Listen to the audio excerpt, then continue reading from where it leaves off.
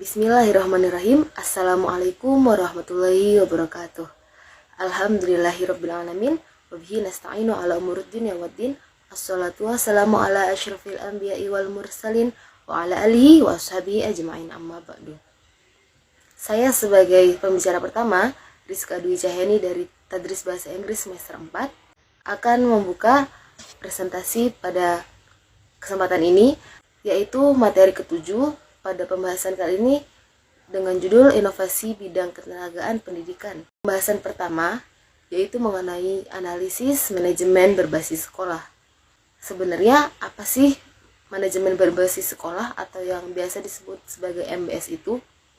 MBS atau manajemen berbasis sekolah merupakan suatu model pengelolaan yang memberikan hak otonomi dan fleksibilitas kepada sekolah tersebut, sekaligus mendorong partisipasi warga sekolah, yaitu guru, peserta didik, kepala sekolah, dan karyawan-karyawan atau staf secara langsung untuk meningkatkan mutu sekolah berdasarkan kebijakan pendidikan nasional serta peraturan undang-undangan yang berlaku. Jadi pada intinya di sini sekolah diberikan kebijakan untuk mengatur dan mengelola sekolahnya sendiri.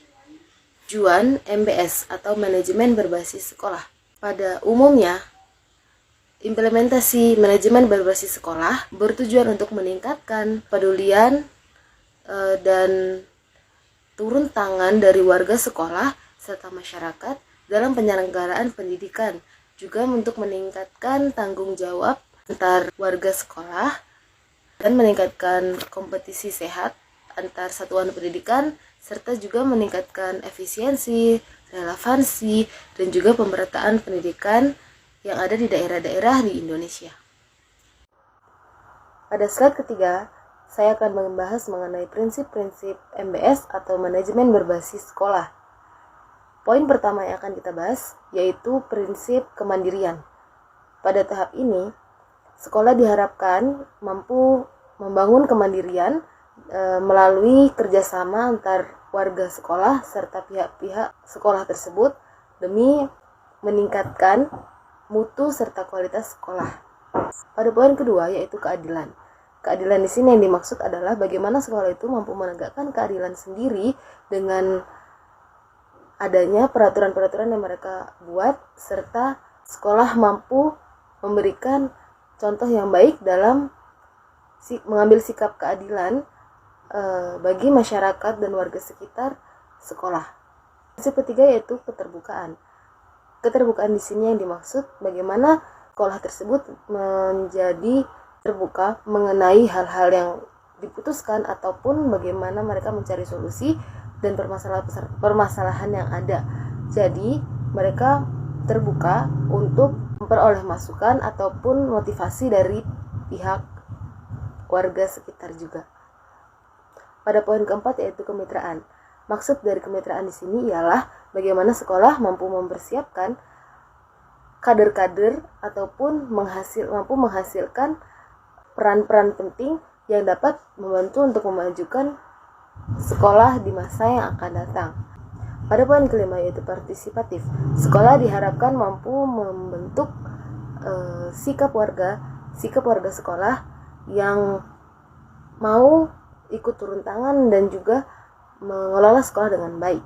Kemudian yang keenam yaitu efisiensi, di mana sekolah diharapkan membentuk suatu pengelolaan secara efisiensi dan usaha-usaha dengan baik dan benar. Ada poin yang terakhir yaitu akuntabilitas.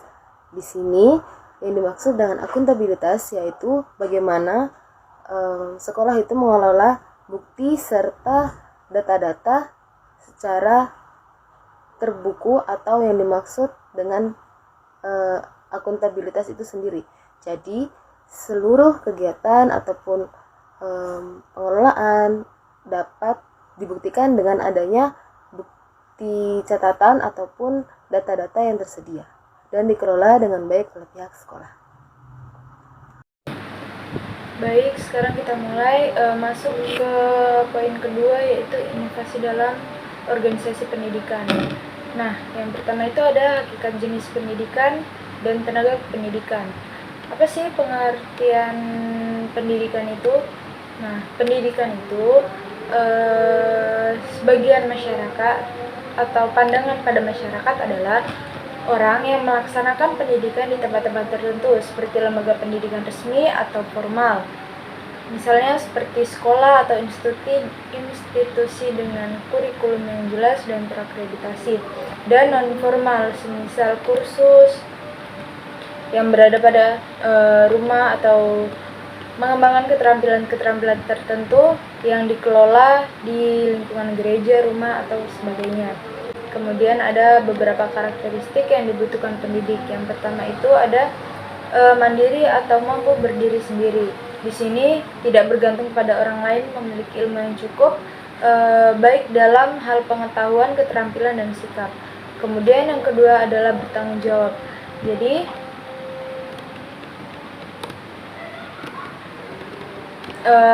mampu menentukan keputusan dan tindakan atas pilihannya sendiri, tapi dia dapat menerima segala konsekuensi atas keputusan yang dia ambil. Kemudian yang ketiga itu ada mampu menyerahkan diri. Maksudnya ini adalah berani berkorban, berkorban untuk nilai-nilai atau norma-norma yang diakui, cita-cita atau tujuan hidupnya, pekerjaan masyarakat atau orang lain demi Tuhannya. Kemudian yang keempat itu ada keterampilan dalam membimbing, yaitu pasti kalau keterampilan dalam membimbing itu membutuhkan kesabaran, ulet dalam bekerja, pantang menyerah, dan mampu memberikan semangat agar peserta didik yang lainnya dapat berhasil. Kemudian yang terakhir itu ada mampu bersosialisasi dan berkomunikasi dengan baik. Biar apa? Supaya antar pendidik dan peserta menjadi lebih dalam sehingga dapat memotivasi peserta didik. Baik, di sini saya pemateri ketiga ingin menjelaskan tentang keputusan inovasi dalam organisasi. Yang pertama itu ada pengertian inovasi dalam organisasi. Menurut para ahli, Robin pada tahun 2002, Hasibuah pada tahun 2011, organisasi adalah kesatuan sosial yang dikoordinasikan secara sadar, secara formal, dan berstruktur yang bekerja atas dasar yang relatif terus-menerus untuk mencapai suatu tujuan bersama. Yang kedua itu ada keputusan inovasi dalam organisasi, yang dimana keputusan inovasi dalam organisasi ini terbagi menjadi dua. Yang pertama itu ada keputusan otoritas. Keputusan otoritas ini dibuat oleh seseorang atau sekelompok kecil orang-orang yang sering disebut juga sebagai kelompok dominan dalam suatu organisasi. Dalam hal ini, keputusan untuk menolak atau menerima inovasi dipaksa kepada anggota organisasi oleh para petinggi organisasi, orang yang mempunyai kekuasaan. Yang kedua itu ada keputusan kolektif, yang dimana keputusan kolektif ini biasanya digunakan oleh organisasi yang dibentuk secara sukarela, misalnya organisasi kesenian atau olahraga. Tipe keputusan kolektif dapat memberikan fasilitas proses inovasi dalam beberapa cara. Yang pertama itu terjadi mekanisme umpan balik secara internal. Yang kedua itu setiap anggota mendapat kesempatan untuk dapat memahami akan kebutuhan inovasi. Yang ketiga itu memberikan kemungkinan lancarnya pelaksanaan inovasi. Mungkin sekian dari paparan materi kami tentang inovasi bidang ketenagaan pendidikan. Wabillahi taufiq wal hidayah. Wassalamualaikum warahmatullahi wabarakatuh.